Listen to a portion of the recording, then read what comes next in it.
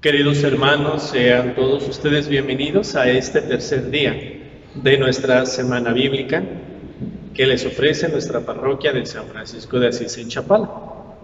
Antes de comenzar con nuestro tema, les invito a implorar la presencia del Espíritu Santo para que nos ilumine y nos dé la fuerza para cumplir fielmente la misión que Cristo nuestro Señor nos da, aún en medio del dolor y del sufrimiento. En el nombre del Padre, y del Hijo, y del Espíritu Santo. Amén. Ven, Espíritu Santo, llena los corazones de tus fieles y enciende en ellos el fuego de tu amor. Envía, Señor, tu Espíritu y todo será de nuevo creado, y se renovará la faz de la tierra. Oh Dios, que has instruido e iluminado los corazones de tus fieles con la luz del Espíritu Santo, haz que este mismo Espíritu nos haga gozar y amar el bien, y nos llene de gozo de sus consuelos divinos, por Jesucristo nuestro Señor. Amén. Espíritu Santo, fuente de luz, ilumínanos. En el nombre del Padre, y del Hijo, y del Espíritu Santo. Amén. Hermanos, el tema del día de hoy es cómo llevar el sufrimiento, cómo asumir en nuestra vida el sufrimiento desde la visión y desde la enseñanza que el apóstol San Pablo en su carta a los romanos nos deja. Para ello, les invito primero a que en su propia Biblia tengan la cita bíblica que de antemano la tienen y que me permito repetirla. Carta a los romanos, capítulo 8, versículo 18 al 39.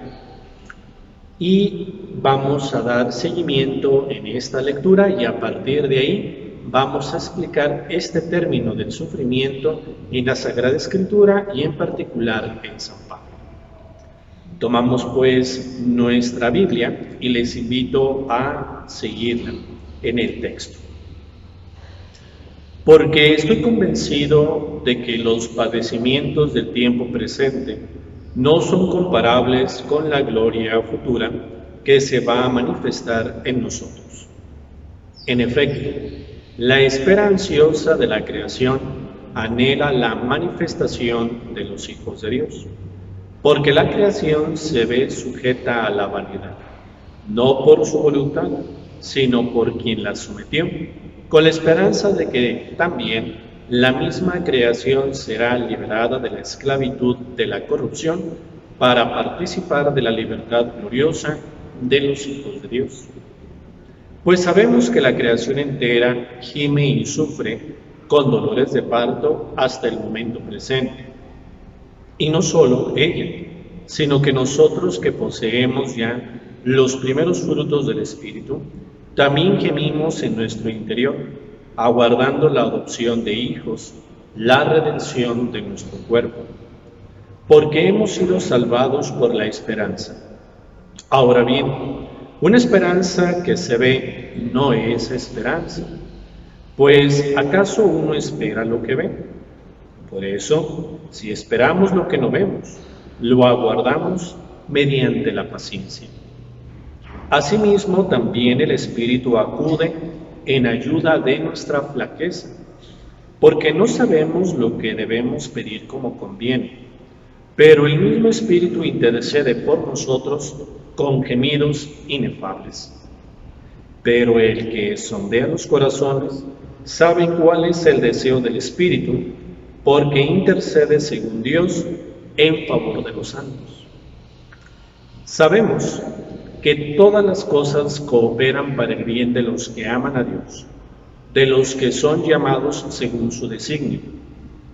Porque a los que de antemano eligió, también predestinó para que lleguen a ser conformes con la imagen de su Hijo, a fin de que Él sea primogénito entre muchos hermanos. Y a los que predestinó también nos llamó, y a los que llamó también nos justificó, y a los que justificó también los glorificó. ¿Qué diremos a esto? Si Dios está con nosotros, ¿quién contra nosotros? El que no perdonó a su propio Hijo, sino que lo entregó por todos nosotros, ¿cómo no nos dará con Él todas las cosas? ¿Quién presentará acusación contra los elegidos de Dios? Dios el que justifica. ¿Quién condenará? Cristo Jesús, el que murió, más aún, el que fue resucitado, el que además está a la derecha de Dios, el que está intercediendo por nosotros. ¿Quién nos apartará del amor de Cristo? ¿La tribulación, o la angustia, o la persecución, o el hambre, o la desnudez, el peligro, o la espada? Como dice la Escritura, por tu causa somos llevados a la muerte todo el día. Somos considerados como ovejas destinadas al matadero. Pero en todas estas cosas vencemos con creces gracias a aquel que nos ama. Porque estoy convencido de que ni la muerte, ni la vida, ni los ángeles, ni los principados, ni las cosas presentes, ni las futuras, ni las potestades, ni la altura, ni la profundidad, ni cualquier otra criatura podrá separarnos del amor de Dios que está en Cristo Jesús, Señor nuestro. Palabra de Dios, te alabamos, Señor.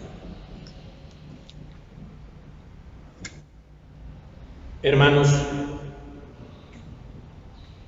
en el tema del sufrimiento podemos enmarcarlo a través de una reflexión personal, iluminados por San Pablo. ¿Qué cosa te podrá apartar a ti del amor de Cristo? ¿Qué hay bien en ti? Piensa aquello que en estos momentos, a ti en particular o a algún ser querido en particular, está padeciendo, está sufriendo. Y ahí es donde tú o tu ser querido debe de preguntar: esto que yo estoy padeciendo, esto que yo estoy sufriendo, ¿me va a apartar del amor con que me ama Cristo? Hermanos, para poder profundizar en la respuesta, vamos analizando primero qué nos dice la Sagrada Escritura sobre el tema concreto del sufrimiento. Les invito pues primero a hacernos otras preguntas, cuyas respuestas ya nos las van a ir diciendo primero el Antiguo Testamento y luego en su cumplimiento el Nuevo Testamento. Primero, ¿qué significado tiene este sufrimiento en Cristo? ¿Cómo el sufrimiento, en un primer momento tan maldecido en el Antiguo Testamento, llega a convertirse en una bienaventuranza en el Nuevo Testamento? Ahora, también conviene reflexionar: ¿será la fe una especie de insensibilidad o también un enfoque enfermizo sobre el sufrimiento? Obvio que para poder responder estas preguntas, primero tenemos que hacer un análisis sobre cómo en el Antiguo Testamento se toma este tema del sufrimiento.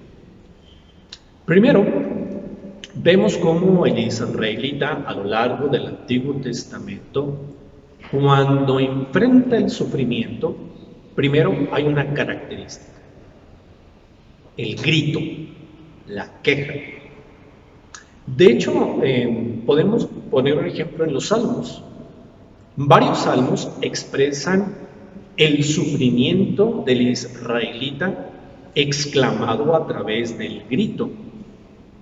Y es interesante, ¿por qué gritar? Yo grito, nosotros gritamos, porque no solamente queremos elevar el volumen de la voz, gritamos para que la persona a quien estamos gritando realmente nos escuche y realmente nos atienda. Y ya el sentimiento que tú le agregues al grito es en donde piensas tú va a tener una mayor eficacia. Por lo tanto, a lo largo de la Sagrada Escritura y en concreto del Antiguo Testamento te puedes dar cuenta cómo el israelita grita primero a Dios, le grita precisamente para que nos salve del sufrimiento. Pero también el israelita también grita a través del profeta. ¿Para qué? Para denunciar el abuso, para denunciar al tirano, para que sea liberado. De hecho, el grito y la exigencia del israelita frente al sufrimiento tan profundo es en el Antiguo Testamento que hasta incluso llega a desarrollar un género literario propio. Un ejemplo lo tenemos en el género de las lamentaciones, y en concreto el libro de las lamentaciones que pertenecen al libro del profeta Jeremías. Las lamentaciones, por lo tanto, hermanos, son una expresión propia de la reacción del israelita frente al sufrimiento, el grito que exige a Dios que lo libere. Otro aspecto importante, hermanos, del grito es sobre el sufrimiento, el escándalo. ¿A qué me refiero? El escándalo que provoca en el israelita de que, porque sufre. Y aquí es donde ya vemos un avance, ¿verdad? Ya el israelita ya no solamente se dedica a gritar, a lamentarse. Ahora el israelita ya va a comenzar poco a poco a reflexionar el por qué es objeto del sufrimiento. Un ejemplo fundamental son los israelitas que se encuentran exiliados en Babilonia. Cuando ocurren los 70 años del destierro, obviamente los israelitas no están de vacaciones en Babilonia, son esclavos y por lo tanto los someten a la tiranía, al trabajo y al sufrimiento propio de los esclavos. Por eso la etapa del destierro en Babilonia para los israelitas es una etapa de prueba sumamente dura, puesto que era muy difícil imaginarse cómo es posible que Dios Yahvé hubiera sido derrotado por los dioses de Babilonia. Y esto obviamente iba encaminado hacia la apostasía de los israelitas. Por lo tanto, los profetas se van a encargar poco a poco de reflexionar y de animar y consolar a los israelitas desterrados en Babilonia para evitar que pierdan la fe en Yahvé. Por lo tanto, un primer momento de esto lo tenemos ya en el profeta Ezequiel. Y ya la reflexión que se hace es la siguiente. Dios, precisamente en su providencia, todo está sometido a sus pies. Por lo tanto, incluso a aquellos elementos negativos de la existencia humana, como por ejemplo el sufrimiento, no se escapan de la mano de Dios. Por lo tanto, viene esta reflexión subsiguiente. Si tú me estás diciendo como profeta que el sufrimiento que yo estoy padeciendo en estos momentos no escapa de la voluntad de Dios, no escapa de la providencia de Dios, me estás tú dando a entender que ese sufrimiento forma parte del plan de Dios. Por lo tanto, una reflexión está de que para mí este sufrimiento me está replanteando serias dudas en mi fe. Por lo tanto, tenemos ejemplos en la Sagrada Escritura que cuando ya se comienza a reflexionar así el sufrimiento como parte de un plan de Dios, la persona llega a entrar en una seria crisis. De ahí tenemos que en un salmo dice el necio, no hay Dios, es decir, ya se plantean en la Sagrada Escritura serias cuestiones de la existencia de Dios por parte de algunos. Pero también hay ya otras situaciones en las cuales hasta se aconseja el rechazo de Dios. Un ejemplo lo tenemos en Job, cuando la esposa de Job le dice a él, maldice a Dios y muérete.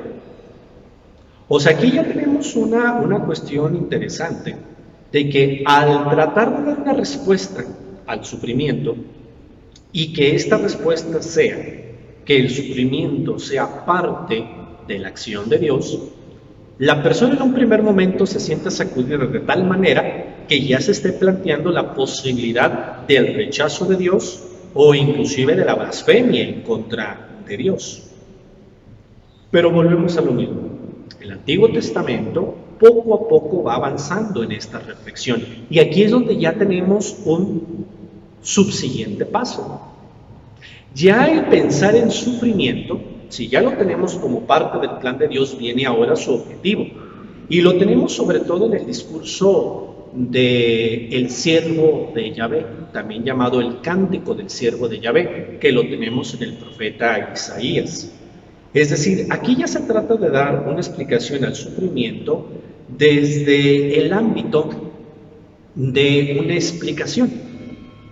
Una explicación antes de tener su corolario en el siervo de Yahvé, dar una explicación a partir de los elementos de la naturaleza, a partir de las consecuencias de las propias acciones, inclusive los achaques de la vejez, pero también ya visto como una consecuencia del propio pecado.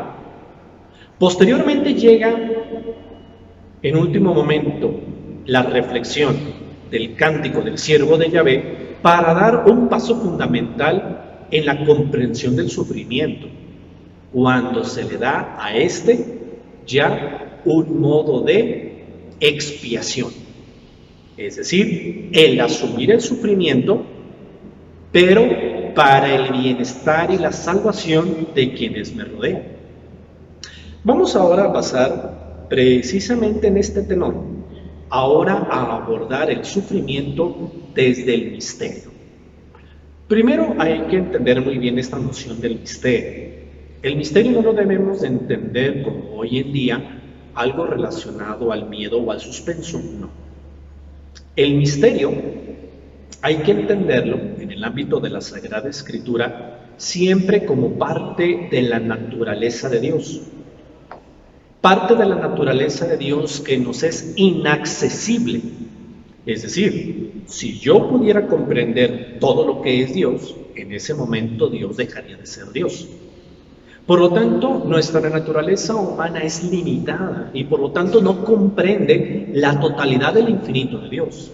Y esa parte que de no comprender yo la naturaleza de Dios, eso es lo que para mí es un misterio de fe, pero que no me va a causar miedo, por el contrario, me causa a mí una gran admiración y al mismo tiempo una esperanza en Dios. Por lo tanto, comprendido así el término misterio, vamos abordándolo desde el ámbito del sufrimiento. Es aquí en donde ya la reflexión de los profetas y de los sabios del Antiguo Testamento ya nos dan un siguiente paso, y es en donde debemos de descubrir ya el valor. ¿Qué valor ahora ya se asume para el israelita que ya está reflexionando en la última parte del Antiguo Testamento? Y ya me refiero a la parte de los sapienciales y la parte de los macabeos. ¿Cuál es el sentido del sufrimiento para los israelitas que ya se están preparando ya para el recibimiento del Mesías? Primero, para el israelita, en esta última parte del Antiguo Testamento, el sufrimiento tiene un valor purificador. Esto lo tenemos en un ejemplo de los Salmos, cuando se nos dice que el oro tiene que acrisolarse, purificarse. ¿Qué significa esto? El oro, para hacerlo puro, tiene que ser sometido al fuego para que lo malo, en este caso concreto la escoria, sea separada y no contamine el oro. Por lo tanto, ya el israelita comienza a reflexionar que cuando le toca sufrir, ese sufrimiento tiene un valor purificado. Es decir, cuando yo soy objeto del sufrimiento, cuando yo sufro, ese sufrimiento yo lo tengo que asumir como una purificación. Quitarme todo lo malo para que mi alma, mi corazón quede puros ante los ojos de Dios. Otro aspecto es el valor del sufrimiento, pero como algo educativo, un valor educativo. Aquí es donde tenemos la imagen de Yahvé, de Dios, como un papá bueno que corrige a sus hijos. La corrección normalmente es dolorosa. Y por lo tanto, cuando al israelita le toca sufrir, también ya comienza a ver ese sufrimiento como algo educativo, es decir, mi Padre Dios me quiere corregir, me quiere enseñar a partir del sufrimiento. Otro aspecto es tener un designio divino, tomar el sufrimiento como algo de un plan de Dios para conmigo, pero ese designio divino que me confunde. Si fuera algo bonito, algo gozoso, yo creo que perfectamente todos comprenderíamos, ahora entiendo el plan de Dios conmigo, porque es algo bonito, algo que me causa gozo. Pero si yo veo el sufrimiento como algo que forma parte de un plan divino para mí, esto me va a costar trabajo aceptarlo. Y porque me cuesta trabajo, me confunde. Aquí es donde ya el israelita comienza a aceptarlo. Es parte de Dios, este sufrimiento, pero no puedo negar que me confunde. Por lo tanto, necesito que alguien me lo explique. Otro aspecto también es verlo, el valor del sufrimiento, como una prueba. Dios precisamente permite el sufrimiento para someter a prueba a sus siervos.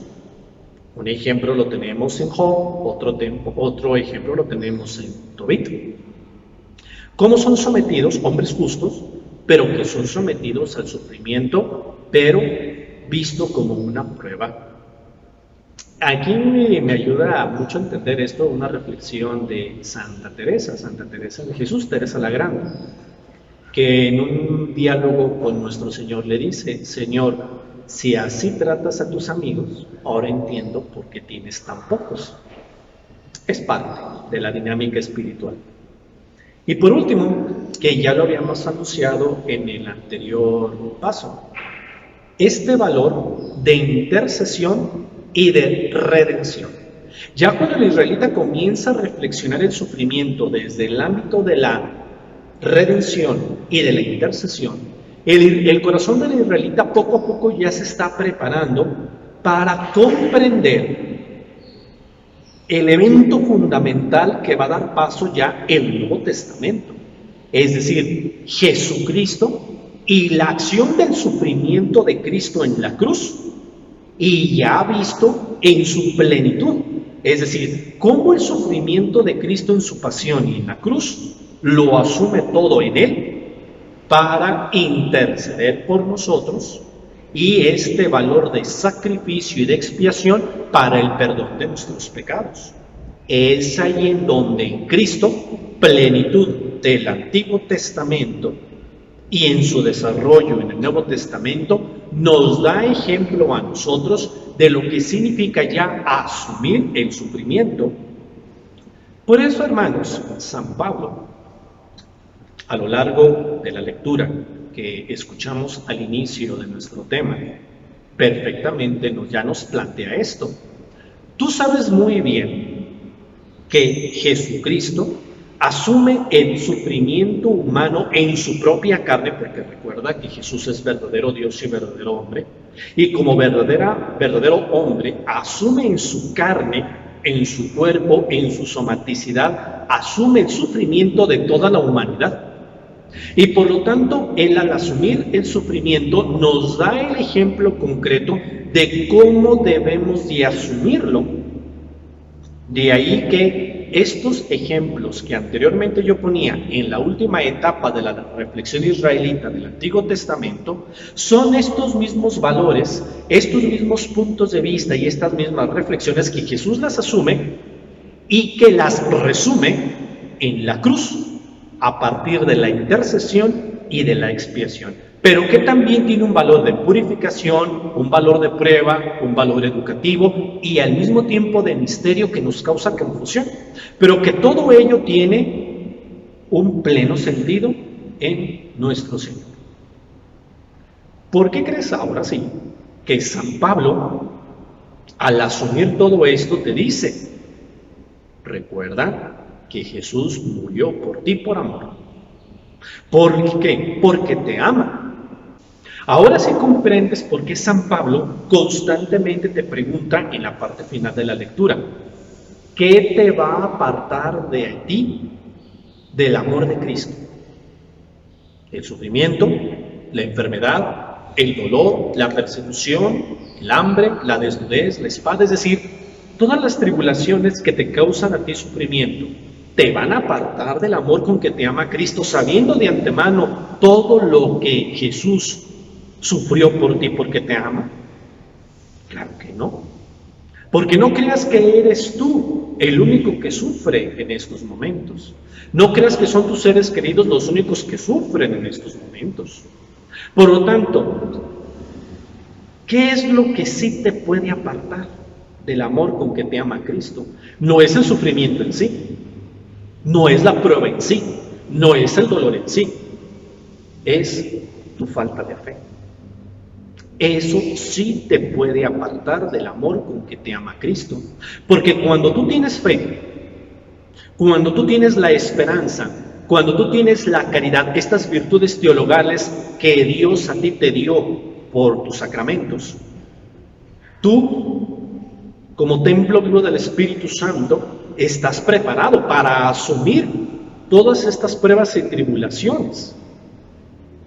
Pero cuando has dejado de practicar la fe, has dejado de practicar la esperanza y has dejado de practicar la caridad, poco a poco, cuando se te presenta la tribulación y el sufrimiento, poco a poco tú estás preparando una apostasía, es decir, un abandono de ese amor con que te ama Cristo. Por eso, queridos hermanos, San Pablo nos enseña que para perseverar en medio del sufrimiento, la clave está, primero, en tener bien presente en tu vida el amor con que te ama Cristo. Un amor no sentimentalista, un amor que perfectamente se traduce en el sufrimiento de Cristo en la cruz por ti para salvarte. Y que al mismo tiempo, este amor con que te ama Cristo te sostiene a ti con su gracia derivada de los sacramentos para prepararte a ti para afrontar las pruebas y dificultades propias de la vida humana. Y que, como efecto secundario, te ayuda a ti a ser instrumento de la gracia de Dios para ayudar a otros a sobrellevar los propios sufrimientos. Hermanos, así concluimos este tercer día de nuestras pláticas en esta semana bíblica. Les invitamos a que continúen en su reflexión y estudio personal tomados en estos textos de la Sagrada Escritura. Les invitamos a perseverar en los subsiguientes días con los demás hermanos sacerdotes que también van a compartir con todos ustedes estas reflexiones. Les agradecemos su participación y su atención y vamos a brindarles la bendición. El Señor esté con ustedes y con tu espíritu. La bendición de Dios Todopoderoso, Padre, Hijo y Espíritu Santo, descienda sobre ustedes y permanezca para siempre. Amén. Muchas gracias y que Dios los bendiga.